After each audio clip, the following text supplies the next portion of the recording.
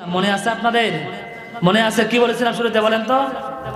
বিশ্বনবীজির আদর্শ, বিশ্বনবীজির আদর্শ। আল্লাহ রাব্বুল আলামিন নবীজিকে পাঠিয়েছেন ওয়া মা আরসালনাকা ইল্লা রাহমাতাল লিল আলামিন। এতক্ষণ যাবত যে আলোচনাটা করলাম সারমর্ম 2-1 মিনিটে শেষ করবে ইনশাআল্লাহ। আল্লাহ রাব্বুল আলামিন ডাক দিয়ে বলতেছেন, ও আমার হাবিব, ও আমার পয়গম্বর, আমি আল্লাহ রাব্বুল আলামিন আপনাকে পাঠিয়ে দিলাম গোটা বিশ্বের জন্য রাহমাতুল লিল আলামিন হিসাবে। ওই নবীজি দুনিয়াতে মরার পরে কিয়ামতের ময়দানে আপনার আমার কি কি কাজে লাগবে এটা বলেছি। এটা থেকে শিক্ষা নিতে হবে। ওই নবীকে না মানলে দুনিয়াতেও কোনো উপায় নাই, মৃত্যুর পরেও আমরা পার পাবো না। কিয়ামতের ময়দানে ওই নবীজি আপনার আমার সুপারিশ করবেন। একবার তাকবীর দেন, প্রধান বক্তা চলে আসে, তাকবীর দেন। নারায়ে তাকবীর, নারায়ে তাকবীর।